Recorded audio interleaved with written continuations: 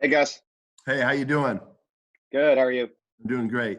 So, you're obviously a coach who loves to be, with his players. Just how much of a challenge has it been trying to coach these guys up over the last 3 weeks through Zoom chats? It is a challenge. Obviously, we're all aware of the situation we're in, and safety is the top priority for everybody. So that part of it, but I think there's also that part that we talk to our players about always competing, and let's try to find a way to take these meetings to another level.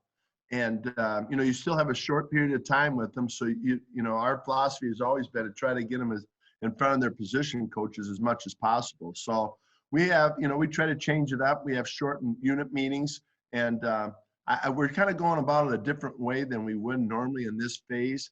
If we knew we had practice coming up soon, just trying to challenge our guys and teaching in a different way to see how the players are responding to it. So far the meeting has been going very good, and I'm getting a chance to talk to each one of our players one-on-one.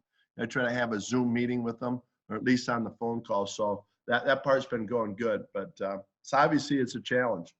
What are some of those differences you're talking about as far as the coaching style? Well, I would say mostly just how we install. A lot of times we go through our techniques and then we jump right into the install, put 4 or 5 defenses in, a couple pressures. Now we're taking the time just because we know it's extended, and it's not like we can come in and watch practice, or when we do get on the field, let's go and take a look at our drill tape that we just, we're on the field with. So, we're using more time now to really detail some of our install. Thanks. All right, Lindsay. Hey guys, Kenneth Murray, what does he add to your defense? What do you like about the rookie? Kenneth Murray, did you say? Yeah. Yeah. I think his intensity is really showed up. We had a chance to meet with him. His leadership, obviously you got to come in and earn all that when you come in, as a defensive player, but he just has, I think it comes pretty natural to him. But on the field, his ability to run and hit, and our system, when we described it to him, we talked to him about having linebackers with some length. I think when you have some length to you, it just helps out in some of the aspects that we ask players to do. So, size, length, speed, physical nature. But he's, I think when you get a chance to meet him, you'll see he's got a strong personality, more of an alpha type personality. So to have that, in that room, as long as another guy like that on the defense, I think will be great. And then with you guys adding Chris Harris, how do you kind of see your secondary shaking out? And at least player for player, it seems like it's probably one of the top in the NFL. Would you agree? Well, we're excited about the guys. I met Chris for the first time at the Pro Bowl when we had a chance to coach it. And I've heard great things about him. Our DB coach, Ron Miles and Richard Smith, were with him, so they knew about him. But the chance to be with him for that whole week and to see his personality and spirit, and I always felt like, boy, he's a guy that would fit in really well with our guys, just the way he goes about it, his competitiveness. So, we'll always take as many of those type players as we can get. And I think, as you understand, just like at the linebacker spot, people are asking Kenneth Murray, is he a will? We try to make him interchangeable and try to move guys around. Derwin James, I think, is a classic example. Try to play him at many different positions, and we try to get guys in or draft guys that have that versatility that can help us. Thanks. Dennis, you're up. Good morning, Gus. How are you? Good morning, Dennis. How are you? I'm great. You guys already have a great defense. Are there any players that you're looking or hoping would take their game to the next level, and would Justin Jones be one of those players? It's funny you say that. I just earlier today, Justin was one of the players I talked to. We're going to make some subtle changes in with our defense. You say that we've been playing good defense, and I know, you look at it and you say, I don't know what we finished in the top 10, 6 or 7, but I think to all of us as a defense and defensive coaches, it didn't feel like that. I think there's areas, I didn't think we played well enough in the red zone. I didn't think we did a good job in third down. I thought there's areas in getting the ball, takeaways. But, there's areas like that in order to be, the level where we want to play. There's areas like that we have to improve on. So, the subtle changes that we're making, some areas might be a little bit bigger than others, but I think JJ is one of these guys that will benefit from some of the things that we're doing up front. So I'm excited to see that with him. But, really all the guys, you hope that they take another step more in their progression. We always say we want to add defensively, but we want to make sure that, fast, physical, and the ability to get the ball are something that we look at. We want to make sure we don't add so much that takes away our aggressiveness. But obviously, we didn't take the ball away enough last year, so we have to do some things to try to get that number to be better. As a quick follow-up, do numbers matter when it comes to a player like Justin as far as sacks, or is that more of a byproduct of the overall team scheme? Right. Well, I mean, when we talk to him as a defense, we talk it's a team game, and here's what we have to do as a team, and here's what we're asking you to do. And I think it's pretty evident. I think what I've been impressed of, there's times when we put Joey Bosa head up on the tackle. And, we felt like, hey, that week we needed to do it. That was what was best for the team. But for a pass rusher and a guy that sometimes is evaluated by how many sacks he gets, that's probably not the best position to be in. And I've been impressed with these guys. They've really sacrificed, to do what's best for the team over personal statistics. But it's the reality of the game is a lot of times that's what they're paid on. And we understand that too. So I think it's you try to find that balance to where you can put them in position to make a lot of plays, and it benefits your defense well. But I'd say overall, including a guy like JJ, they're pretty unselfish group. And I think I give credit to Tom and the scouting department and Anthony for bringing guys in with that type of mentality. Thanks, Gus. Joe Reedy. Hey, Gus. Hope you're doing well and staying safe. Thank you.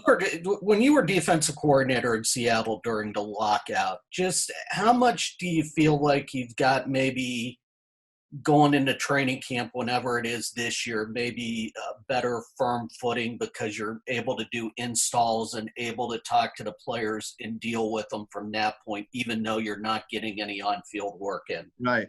That's a great question. If I would go back to Seattle, what I remember in Seattle was it was proposed that, by Coach Carroll, John Schneider, to try to build a defense that allowed players to come in at a very, very early age, to where, have a complicated defense enough to where offenses look at it. It's hard for them to diagnose, but defensively easy enough that players could come in and have the chance to play right away. They wanted us to stay away from, me saying, hey, we got to have this 14-year veteran that's been with me 3 other places, and he knows how to run the system, so let's bring him in. They just didn't feel like that was maybe a possibility with the salary cap. So I look at it, and I think when we went through the lockout, that was one of the advantages. That look at guys like Earl Thomas, Cam Chancellor, they came in pretty young and played and started right away. And I think that's what we want to make sure, that's a core belief, is to try to get the defense to where younger players can come in and play early. Well, I think that aspect benefited us somewhat in the lockout year because of the time. You didn't have as much time with the players. Now, some guys have been in the system now. We've got some new guys coming in, but I hope that philosophy, can help us again this year. That, we feel like you never want to miss an off season. I think the guys are competing like crazy as much as they can in these meetings. But, hopefully because of the way the system is designed, we can pick up and gain speed pretty quick once we get back together. And since you brought up Earl and Cam, and Lindsay asked about your secondary earlier, with this group, how does this group maybe compare to that Legion of Boom? Right. What do we say? Don't compare, compete. I know that's not what you guys want to hear, but, it'll be interesting to see. I think you always, to me, Tom mentioned this when we had a one-on-one. He understands the type of players kind of we're looking for on defense, that highly spirited group, strong personalities, highly competitive. And I'm seeing a lot of traits, what we have in the back end now with this group too, so that part's very, very similar. To compare guys, that's always, challenging. But, it'll be interesting to see how they come out. They got to form together. The communication's a big part of it, how they play well together, how they trust one another. All those aspects are so important in what we do. And, I'll be able to better answer that when we see them all on the field together. Is the biggest difference, though, this might be a more veteran and savvy group compared to that group that was very young when you had them? I think you've got a good feel. Like Casey Hayward brings that veteran presence. Chris Harris will bring that veteran presence. And then, Derwin James is the spirited, Desmond, spirited guy. So I think you have different personalities, but they all rely on one another and they work well together. Okay. Thanks, Gus. Fernando, you're up. Hey, Gus, how are you doing? Good. How you doing? Wanted to ask you about Adrian Phillips. He left. He's a Patriot now. He was a big part of your defense and what you guys did. Who do you expect to kind of fill that role? And how much are you guys going to miss AP? You know what? AP was very important. I think when we talked about versatility, what he gave to us, the ability to play dime, to play linebacker, he could play strong. We had him play nickel. And I think smart, tough, reliable, some of the aspects or qualities we look for in a defensive player. And he had that. So it's always hard to replace a player like that. Now you're going to see us try to do that with a guy like, I think we'll put more on Rayshon Jenkins' plate. He was our free safety last year, but let's take a look at him as a dime. Let's take a look at him as a will linebacker. Let's find a way to get Nazir Adderley on the field. See what he can do. Derwin James, maybe Rayshon is our strong and Derwin James is our dime. So look at all those. And then Lohi, the young man that we drafted, I think he's a guy that is that strong safety, nickel, dime. Right now the backup to Derwin James, that's a competitive place that we're looking at. Who is that guy? A guy like Teamer's there, but I think that guy that can play multi-roles, and that was so impressive with Gilman. I think he's a guy that can play strong, dime, nickel, really smart, really intelligent player. So, we'll see. We got to find a way to get these guys on the field, and we won't be able to do that until we get on the field ourselves and see what kind of shakes out. Kraz, you're up. Gus, can you give folks a sense on how you're going to get past the Chiefs? They give so much trouble to a defense. It seems like you guys, though, are pretty well equipped with all your speed and your interchangeability. Right. Well, I mean, they are. They're a fantastic offense. And, teams nowadays are spreading out the field, we feel, and Kansas City probably does it better than anybody. They spread you out, and it's so important to have that speed on the defensive side to, eat up the grass on even checkdowns or short passes, because when they have an opportunity to turn around and get you one-on-one in space, they're a difficult team to defend. So, I think you really have to get faster on defense and ability that, defensive players that have a really good instinct, and you just can't take a play off. And Giff Smith does an outstanding job with our front rotating defense alignment. And I think you kind of go into it saying, well, what do we need to do to play at a high level for teams in our division? And, that the big field, the speed that's needed on defense, that's why you're seeing a guy like Kenneth Murray get drafted. When you mentioned Kenneth, did you feel a little better about having him when Kansas City invested a first-round pick and a running back out of LSU who is a nightmare for the linebacker on pass play? I didn't know that they did that.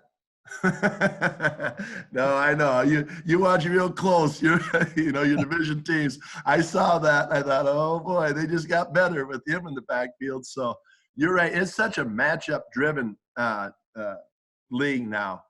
Who's coming the back out of the backfield. We had trouble, if you remember, going back in the 2-minute situation against the Raiders. And it was their back matched up on one of our defenders, and the game can change so fast if you get a bad matchup. So, yeah, that's important. I think a guy like Kenneth Murray, you'll see him, like I said before, will he play Mike? Will he play Will?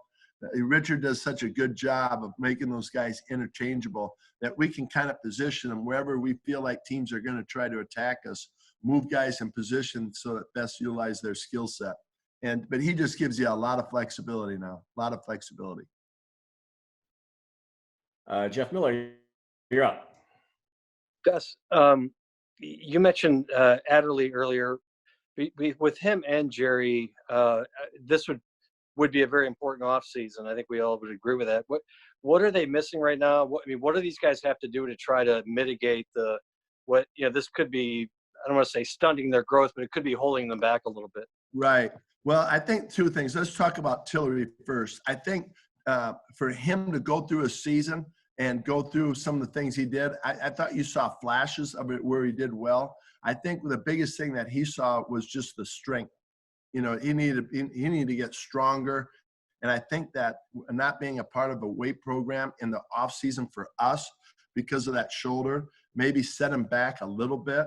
But I think he went into the off season now saying, you know what, it kind of hit home to where he had ownership and saying, you know what, I got to get stronger. I got to get bigger. And he didn't take much time off, and he was working hard at that aspect. A guy with Adderley, if you look at him, he's going back probably saying, holy cow, they got Rayshon at free, they got Derwin at strong. Why am I here? And how am I going to get on the field? But I think what he learned is that it doesn't matter who's in front of you, who's there. If you can perform and you're doing well in practice, you're going to play. So, as a matter of fact, I hope that in this offseason, he understands we need him now. We need him to come through for us.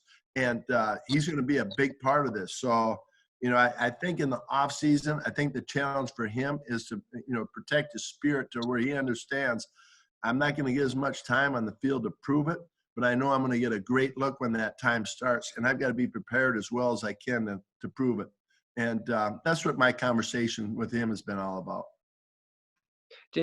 Have you with Jerry, are you concerned that, I don't know what kind of workouts he's getting right now? Is he going to be able to maintain lifting and that kind of stuff to get stronger? Right. Well, the way he talks, he sure has, so it's tough. You're looking at him at a screen like this, and, you wish you could move the screen up and down, to take a look. But, he sure sounds like he's doing well, and he's putting on the weight, and he's a true pro. And he understands that. He was doing boxing and, things like that to improve his agility. And, so we anticipate that he'll make another big step this year. All right. Next up, Kurt Sandoval. Hey, Gus. Hope you're doing well. Thank you.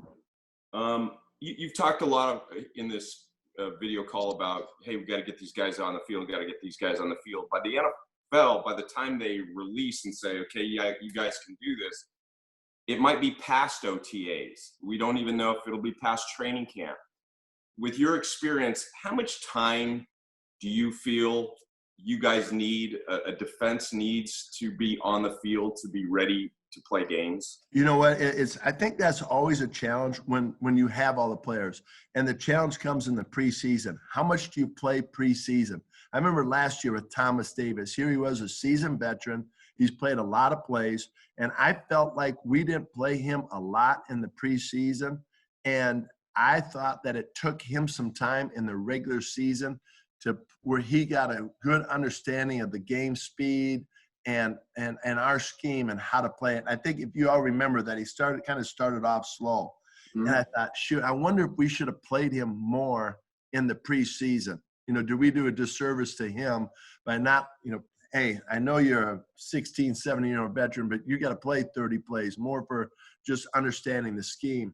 So there's that part of it, Kurt, that sits in the back of my head that goes, they're not getting an OTAs. What does that mean? Does that mean in preseason, as a coach, you're saying, let's get them going right away. I do remember in the lockout year, as I've talked to some of the defensive coaches, that whenever we get them back, there's a tendency for a coach to want to get them back and go full speed right away. But I think if you remember in the lockout year, what was there, like 11 or 12 torn Achilles, right away? And I think sometimes as coaches, you get them back and you go, let's go. we got some work. We got to catch up on everything that we missed, and we got to go. And next thing you know, you're dealing with those. So I think there's some lessons that you learn from the lockout year. I think no matter when we get them, when the safety allows us to where they can be safe, we get them back here. That's going to be a challenge, to say, how do we get this team to perform that we tackle well right away? How do we get them to play full speed right away? And without, undue injuries and some of these things that can show up, just like it did with the lockout year. It's going to be a great challenge. Thanks, Gus. Over to Omar. Hey, Gus, good to see you, man. Good to see you. Hey, this time of year, normally teams do fun activities, whatever, movies, to form that chemistry, camaraderie. Is that something you're just having to sacrifice this year? Or is there a way to replicate maybe, some of that building of chemistry and camaraderie during this time? It is. We've done some different things. We're going to do some different things now. Who knows? We might take a break and have them show us their house, where they're living, and one of those things that that's why I put a sheet up behind me. I don't want them to see. I don't want such heat from them where I live. I'd say I'm gonna have to learn how to do the background, I think. But no, just fun things like that, just to where they get to know each other. The introductions. It's amazing. We try to do things in our meeting room when we have them all together. We play music before meetings. And the whole idea is to get guys to come in the meeting room early. And if a meeting starts at 8, you'd like to see them in there at 7:45. Maybe they're listening to music and, they enjoy it, but it gives you a chance just to talk. And, hey, how you doing? And that personal connection. So that part I missed, but it's amazing. We always try to set up these meetings like 10 or 15 minutes. We say, hey, you can sign in 15 minutes before. And you're starting to see more and more guys sign in early. Linville Joseph, he popped in, and Linville and I talked for a while, with all the other coaches. And you're starting to see little signs like that, it's like a meeting. But, yeah, it's hard. I think we're, pretty social with our guys, and you miss that aspect. But who's had the most impressive show and tell on your? You know what? I don't. You don't compare, man. I'm sure they're listening. No, you know what? To be honest with you, we haven't started that yet. So if they hear this, they're going, "Oh, they're probably tidying up their house right now, knowing that it's coming." Cool. Thanks, man. Jason, you're up. Gus, you mentioned in some of your other answers how much versatility with your defensive players matters. And Derwin James is obviously one of the most versatile players in the entire league, not just on your team. Given all of the talent that you have in the secondary, is it a possibility that Derwin's going to play more outside of the secondary this year just to make room for all the extra talent to getting the best players on the field? It's another really good question. I think let's see what Kenneth Murray can do, right? We all feel like he's got some strong traits, and we drafted him at that position, with the idea that he has to come in and compete. But I think that versatility, when you have linebackers that can do different things and you feel good about their matchups, it allows you to move other guys in other positions. So, for example, if Derwin last year was matched up on the back a lot, and we feel good about a linebacker matching up on the back, well, that allows us to move Derwin to a different spot. And we can get him maybe not into the short side of the field, but more the middle of the field. So there's subtle things like that I think we're looking at to say, how can we get, some of these guys more in the middle of the field where they have the ability to affect the play on some of these teams that we play that attack that area. So that's what I'm excited about. That's our job as a coaching staff. Ron Miles will do a great job of it, on the back end. And that's the part that I think I'm missing the most about the OTAs is to see, how do we match up? Do we have the flexibility of moving some guys around, and where can we put them?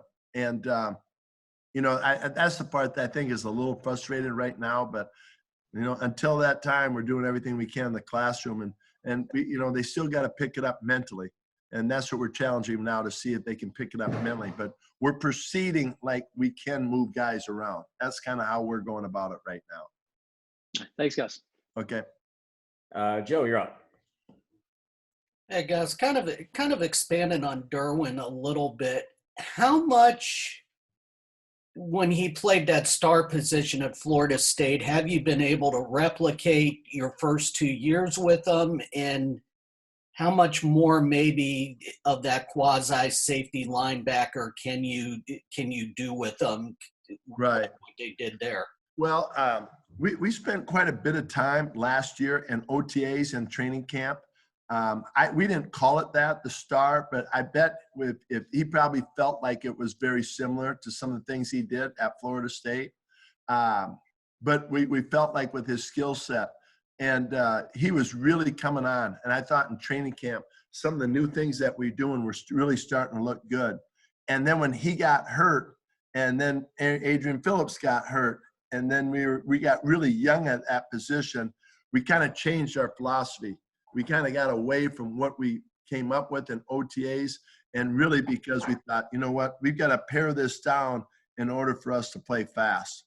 And so now that he's healthy again and we've got some different pieces to the puzzle, I think we're back in that mode, of where that flexibility. It could appear like that, I guess, some of the things that he did at Florida State, because he'll play a deep half, he'll play quarters, he'll play a buzz defender, he'll play a hook defender, so there'll be a lot on his plate. But I think, you try to get some of your good players around the ball as much as possible. So, and obviously he's one of our better guys.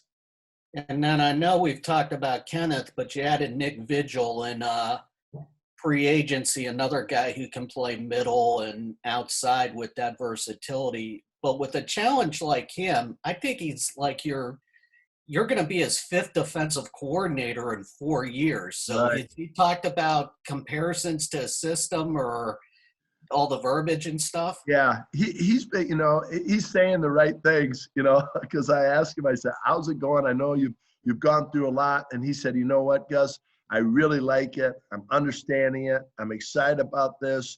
So he's saying the right things. But I know our scouts were really high on him. Coach Smith really liked him because of his versatility, that he could play all three spots. And, I think when we're really humming, really, when you look at our linebackers, you say they're really playing with three-wheel linebackers. That's what I think, so when we say the versatility and you say, what can Kenneth play? Is he a Mike? Is he a Will? He should be able to play both. That's what we're hoping, and I think that's what Nick do. Nick is a very, very intelligent player. So that's what he has going for him. When you play in multiple systems, sometimes it can be overwhelming, but he seems to really pare it down. I think that's part of the reason why he's had some success, I don't know, he sounds very excited about getting an opportunity to play in this system. So with this group, I know defensive coordinators, when you try to talk to them about Mike, Will, and Sam and all that, is this the ultimate in terms of versatility and stuff, that linebackers are linebackers? Yeah, I think so, because, in one call, the Mike is a strong hook, and another call, the Will is a strong hook. So it really just comes down to it and saying, well, which one of these guys do you want playing the strong hook if we're playing a 3D concept? And then that's the call we lean on. So you might look at it on tape and go, boy, it looks like he's playing Mike this week. And then the next week, it looks like he's playing Will. Well, he might be a Will in our system. We just have calls to put him in different areas. So we look at it a little bit differently, based on matchups again, even if we're playing zone. But I think what you'll see is, I think we need to mix it up more. We really like what our 3 deep has done, but I think the ability to play some split safety, play more man. Obviously, if you can play man and put it in there, it keeps 3 deep strong. And I think it lowers the quarterback rating down. I think his effectiveness, usually man coverages, generally when you look at them over the course of a year, if you don't overdo it, have better numbers than zone. So that's an area I think we've got to feel good about, that we have the players in there that can match up with guys so we can play a little bit more of that. Okay, thanks. All right, and the last 2 questions, we got Fernando. Hey, Gus.